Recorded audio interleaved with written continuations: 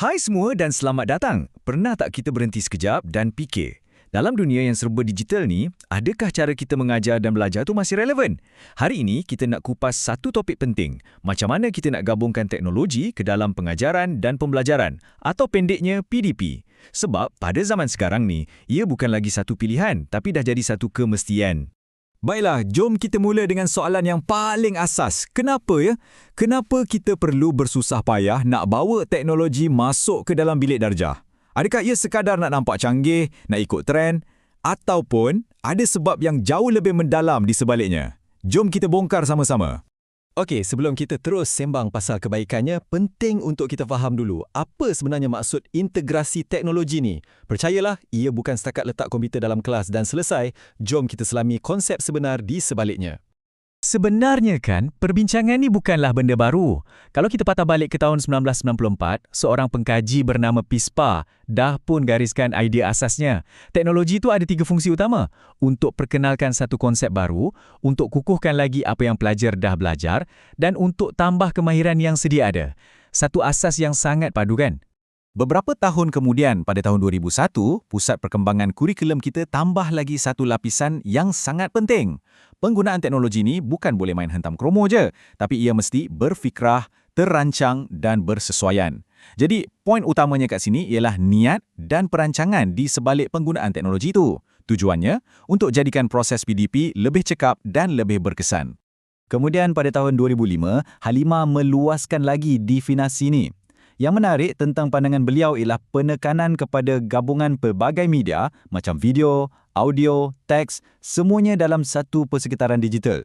Dan tujuannya bukan saja untuk ikut kurikulum, tapi yang lebih penting untuk penuhi pelbagai gaya pembelajaran pelajar.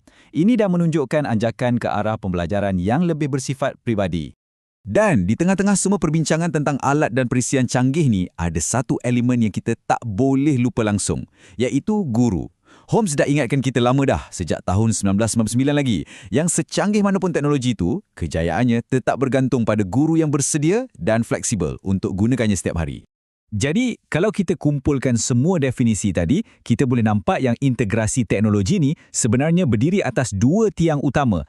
Tiang pertama, pemahaman guru yang mendalam tentang subjek yang diajar. Dan tiang kedua, pemahaman tentang teknologi itu sendiri. Apa kelebihannya, apa kekurangannya. Kedua-dua tiang tu mesti ada dan mesti kukuh, barulah ia akan berjaya. Okey, sekarang kita dah lebih jelas tentang konsepnya kan? Jom kita beralih kepada soalan mengapa. Mengapa semua ni penting? Jawapannya mudah je. Ia terletak pada manfaat yang akan diterima oleh orang yang paling penting dalam sistem pendidikan kita, iaitu para pelajar. Manfaat yang pertama ialah kesan terus kepada pembelajaran mereka. Bayangkan, pelajar jadi lebih cepat faham dan kuasai subjek sebab cara penyampaiannya lebih menarik. Semua pelajar, tak kira di mana, dapat peluang belajar yang sama. Dan yang paling ketara, motivasi mereka untuk belajar tu melonjak naik. Ia juga buka pintu untuk mereka belajar sendiri, akses maklumat yang dulu mungkin susah nak dapat. Tapi faedahnya bukan setakat akademik tau. Ia juga membina kemahiran penting untuk masa depan. Suasana belajar jadi lebih seronok, jadi ilmu tu lebih mudah nak melekat. Pelajar juga belajar untuk cari maklumat sendiri dengan cepat, macam seorang penyelidik. Dan yang paling best, tanpa mereka sedar, kemahiran ICT mereka pun makin tajam. Ini bekalan yang sangat penting untuk masa depan mereka. Baiklah, konsepnya memang hebat, manfaatnya pun sangat jelas. Tapi, macam mana kita nak jadikan semua ini satu realiti dalam kelas? Jom kita lihat pula apa syarat-syarat yang perlu ada dan beberapa contoh praktikal yang boleh kita buat. Sebenarnya, ada 3 syarat utama untuk pastikan teknologi ini betul-betul beri manfaat. Pertama, penggunaannya mesti dirancang dengan teliti, bukan main guna je. Kedua, ia mesti selari dengan apa yang kurikulum nak capai, bukan sekadar untuk suka-suka.